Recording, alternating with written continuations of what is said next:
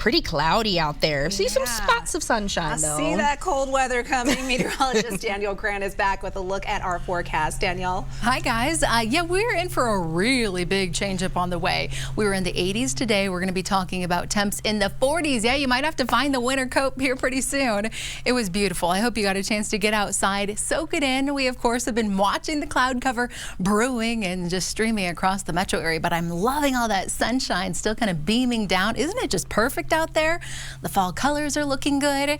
Today was toasty, though. 82 degrees officially out at DIA. Our average should be 60. We should be talking about sweater weather. Not the case, as we had that record high tide today in Denver. 60s and 70s into northern Colorado, off to the northeastern plains as well.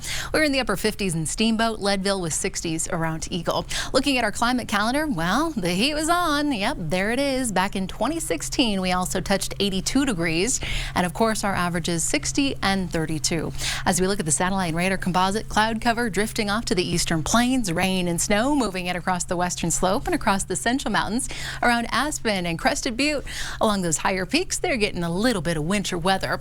We're watching this cold front that will be spilling across the Front Range, helping to cool us off quite a bit tomorrow. And also our storm system ushering in some rain to the valleys out to the west and snowfall along those higher peaks. For many of us, early tomorrow morning, we will wake up to partly to mostly cloudy skies here in Denver. Still dry.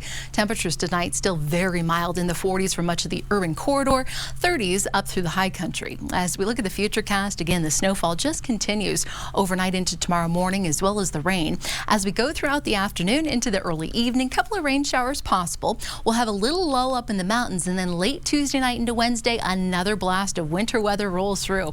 Here we are at about 11 o'clock, snowfall picking up around I-70, and then early on Wednesday morning, a rain-snow mix possible here in Denver. A little slush, it might slow you down getting into work or getting the kiddos off to school, but really the heaviest snowfall will stay up in the mountains. That's where we have winter weather advisories. They will start in just about the next 45 minutes and continue until lunchtime on Wednesday, 6 to 12 inches for areas above 9,000 feet. How much here in Denver? We're really not expecting all that much. Again, a little slush, maybe an inch or two tops further to the south toward the Palmer Divide. Temps tomorrow certainly cooler than today. Will be in the 60s. That cold front taking its time moving across the eastern plains, so still in the 70s and 80s out there with high fire danger. They're going to be looking at red flag warnings in place yet again. 40s and low 50s for the foothills tomorrow. A lot of us sitting in the 60s. So as we look ahead toward early Wednesday morning, that's where we're anticipating the rain, the snowfall moving in. Then late Wednesday night, our first freeze watch here for the Denver metro area, widespread freeze. So if you haven't blown out those sprinklers,